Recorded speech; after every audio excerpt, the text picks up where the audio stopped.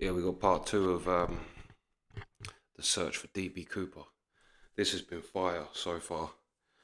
Like, amazing. Um, but anyway, yeah, let's go part two.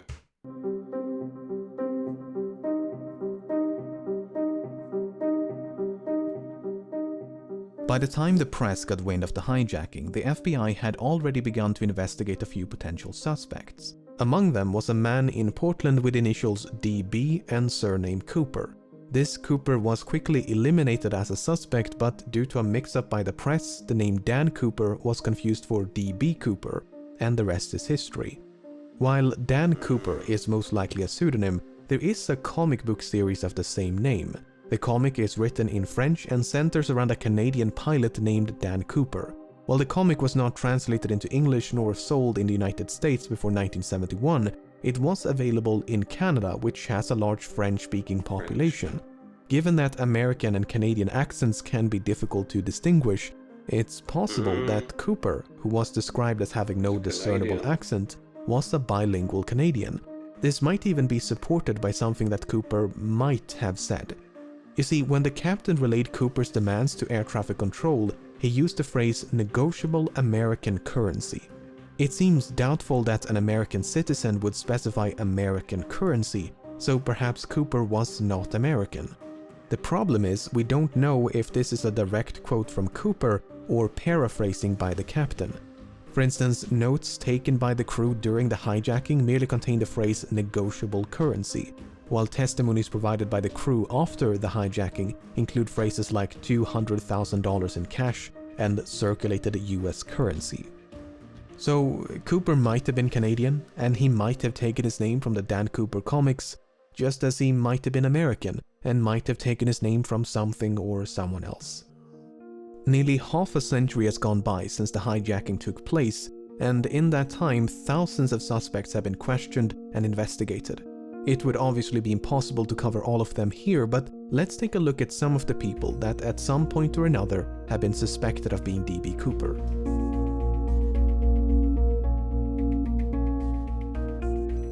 Robert Rackstraw first became a suspect in 1978, and on the surface he seems like a solid candidate. He was a decorated Army paratrooper and helicopter pilot. He had experience with explosives. He had an extensive criminal record.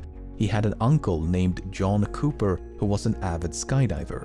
He was expelled from the army only months before the hijacking, which might suggest a motive. After all, the hijacker did say he had a grudge. This is unfortunate for this guy if it wasn't him, because he ticks all the boxes. Imagine like sitting in the police thing, they're like, we know it's you because your ad's up, and you're like sitting there going, it actually ain't. I didn't do nothing. Confronted by journalists and private investigators, Rackstraw would neither confirm nor outright deny that he was DB Cooper. Instead, he'd say things like, I could have been, or I would not discount myself. On the other hand, Rackstraw had light-colored eyes, which Cooper did not. More significantly, Rackstraw was only 28 years of age at the time of the hijacking. This is well outside the range of ages reported by the crew and passengers, most of whom believed Cooper was in his mid-40s. Kenneth Christensen first became a suspect in 2003 when his brother noticed certain parallels between him and Cooper. Christensen had briefly served as a paratrooper in World War II, and since 1953 he'd worked for Northwest Airlines as both a mechanic and a flight attendant. He was 45 years old at the time of the hijacking. He was left-handed, which Cooper might have been. For instance, Cooper used his left hand to interact with his briefcase, and the clip-on tie he left on board was affixed with a tie clasp applied from the left. Shortly before he died in 1994, Christensen had supposedly told his brother, "There is something you should know, but I cannot tell you." After his passing, his family discovered over $200,000 in his bank accounts. To top it all off, Florence I think that's cap. I think his brother don't like him. Told his brother he had a secret before he died. His brother snitched him in just because he's a bit like, that's how mad people are with this kind of thing. Like, It was his brother who originally snitched, so I think you can scratch that off. I don't believe anything his brother said. Schaffner stated that photographs of Christensen bore a strong resemblance to Cooper. On the other hand, Christensen did not match the physical description of Cooper. He was both shorter and lighter. While Schaffner did see a strong resemblance, she remarked that Cooper had more hair, and that is supported by the composite sketches. And there was nothing suspicious about the large sums of money which he'd simply earned by selling land. Richard McCoy first became a suspect in 1972 when he hijacked a Boeing 727 and escaped via the aft stairway, much like D.B. Cooper. Because of the significant overlap between the two hijackings, some believe they must have been committed by the same person. McCoy used a fake name, he used a fake hand grenade to threaten the crew, he used handwritten notes to issue his demands. Both McCoy and Cooper used the phrase "no funny stuff" as a warning to the crew. McCoy demanded $500,000 in cash and 4 parachutes. McCoy also bailed out the back of the plane once they passed over his hometown in the state of Utah. Apart from the similar modus operandi, McCoy had also served in the Vietnam War as a demolitions expert and a helicopter pilot. McCoy did actually survive the fall and managed to evade authorities for 2 full days before he was apprehended and sentenced to 45 years in prison. Before his death in 1974, McCoy refused to confirm or deny that he was D.B. Cooper. On the other hand, McCoy was an avid recreational skydiver and even came prepared with a skydiving helmet and jumpsuit. He gave very specific instructions about the flight path. In addition to the fake hand grenade, McCoy also used an unloaded handgun to threaten the crew. He failed to retrieve one of the notes he'd given to a flight attendant. He was only 29 years of age at the time of the hijacking, and all 3 flight attendants were quite certain that McCoy was not Cooper. While there are meaningful parallels between these 2 cases, McCoy might simply have been a copycat who'd read about D.B. Cooper in the news. Dwayne Weber first became a suspect in 1995 when, shortly before his death, he supposedly told his wife, "I've got a secret to tell you. I am Dan Cooper." Following his deathbed confession, Weber's widow recalled a number of fascinating details. She claims to have found a bank bag resembling the one used in the hijacking. She claims Weber had sustained a knee injury after jumping out of a plane. Weber supposedly had a nightmare about leaving his fingerprints on the aft stairs. And a year before the money was discovered at Tina Bar, Weber had allegedly paid a quick visit to the same location. In addition, Weber was a World War II veteran, he had an extensive criminal record, he'd matched the physical description, and he was 47 years old in 1971. On the other hand, Weber's fingerprints did not match any of the prints collected from Flight 305. Although, to be fair, there's no way to know if any of those prints actually belonged to Cooper. Furthermore, Weber's DNA did not match a DNA sample collected from the tie clasp. But once again, there's no way to know if the DNA on the tie clasp actually came from the hijacker and not someone else. What's so frustrating is that the FBI likely had a much better source of DNA at one point.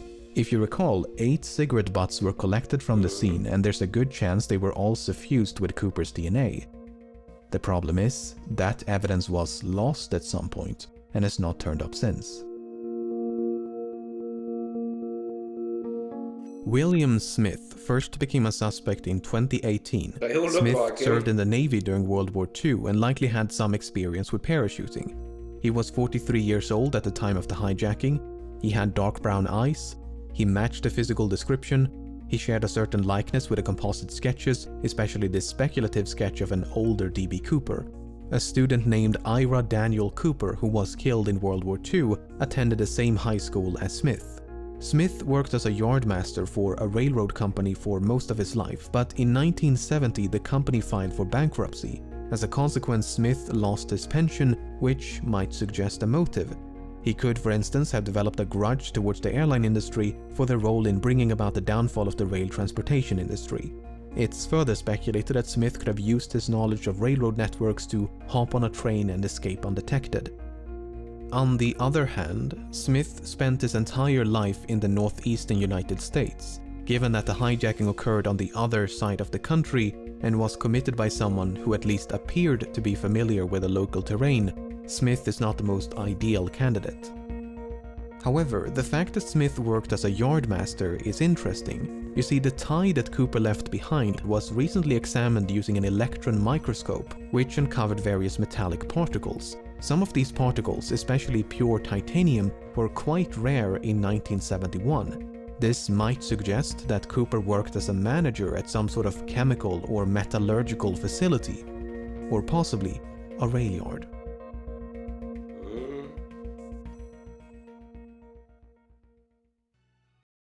If nothing else, I hope this limited selection of suspects illustrates just how difficult it is to be certain when you have so little evidence to work with. These 5 individuals look nothing alike, yet any one of them could be D.B. Cooper. Was Cooper really in his mid-40s, or did he simply look old for his age? Did Cooper really serve in the military? Which one of these sketches most closely resemble Cooper? In 2016, the FBI had to admit defeat and officially close down the case. Unless someone stumbles upon Cooper's remains or manages to track down the rest of the money, it seems there is little hope of resolution. Did Cooper survive? I have no idea. But as long as that possibility cannot be dismissed, the legend of D.B. Cooper will no doubt persist.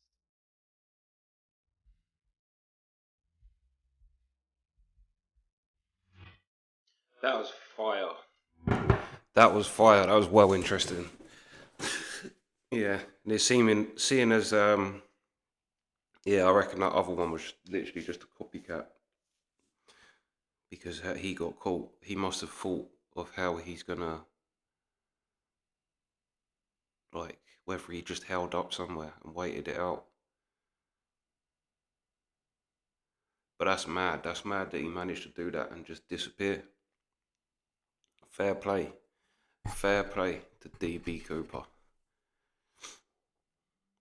Good on you, son. But yeah, that was fascinating. Fascinating. But anyway, that's the reaction. Sweet.